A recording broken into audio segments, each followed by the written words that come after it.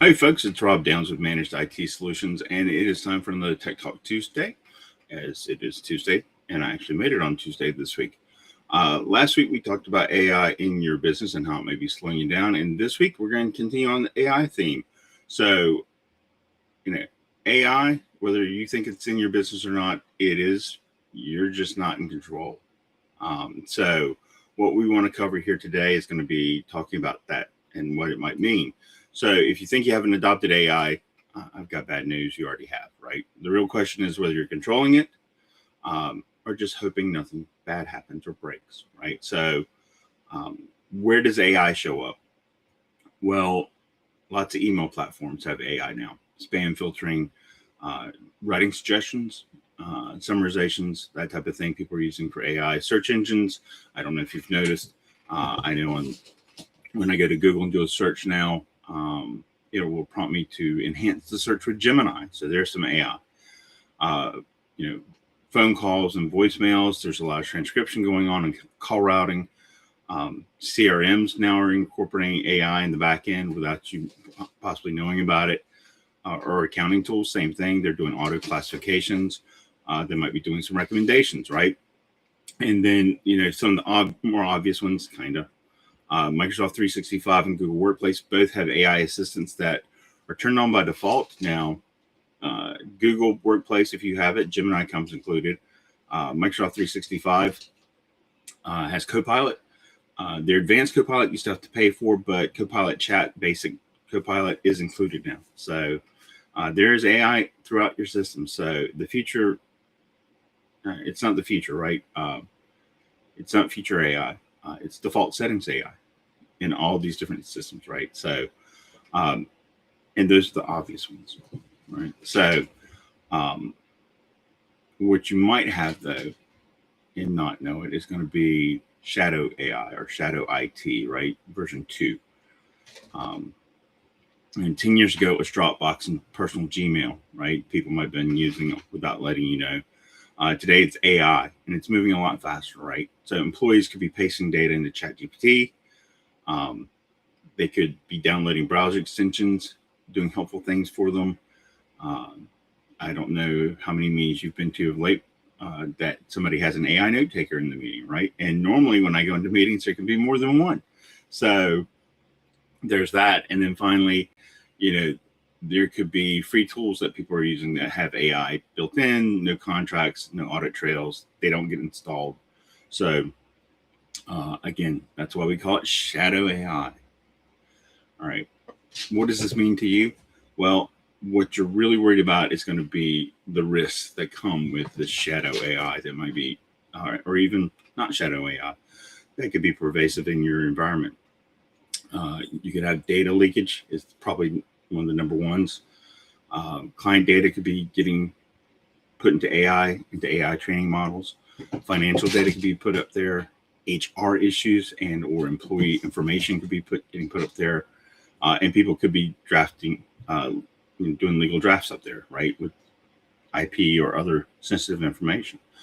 Um, Once it leaves your system, you don't get to untrain it. You can't unring that bell, right? So another problem you could have with AI or AI's cousin, I like to call it, is automations, right? Uh, AI does things very confidently, even if it's wrong. So that's one problem you could be having. Automation processes could get broken, and you've got no human checkpoint, right? Um, AI scales good and bad. AI scales good performance, good planning. AI scales chaos. So if you didn't plan properly, yeah, it can compound the effect, right? So, and then, one of the big problems is AI is very confident in its answers. It's not always right, but it's very confident in what it's telling you, right? So the output sounds smart, right? Uh, People will get lazy and stop checking what's coming out of the AI.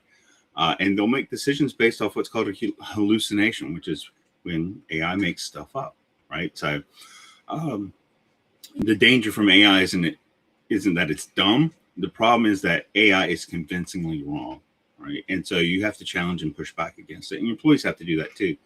and they need to know that they need to do this, right? So what should your small business be doing this quarter, right? And we're already 1/3 of the way through the quarter. So you should inventory where AI exists in your environment.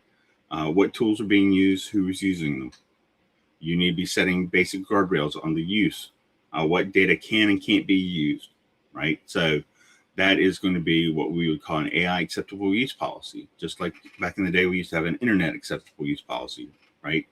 When you're on the internet, you're allowed to go to job-related websites. You're not allowed to go on company systems to go to, online casinos, or maybe social media is not allowed on company computers.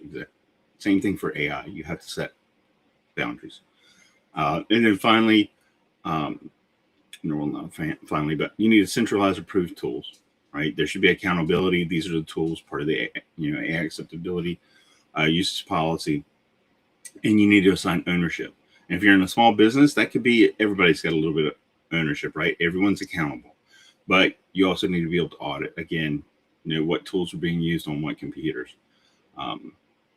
You don't need perfection, but you do need control. So that's pretty much what I've got for you for today for AI. I want to make sure that you understand that you can either govern AI, or you can explain to your insurance carrier later, right, what happened. I've not seen a small business article about someone getting sued because their AI output. I've seen some stuff about law firms who've submitted briefs, et cetera, that AI made. But, just use it smart. Put some guardrails in. Make sure your people understand that there are guardrails and there are consequences for misusing AI in your business. It is ultimately your business, right? So with that, I want to say, make sure you aim higher and operate smarter. And even though I didn't mention cybersecurity today, just a word to the wise, cybersecurity starts with you. So hope you guys had a unfortuitous weekend, that the winter weather didn't get you down or trapped.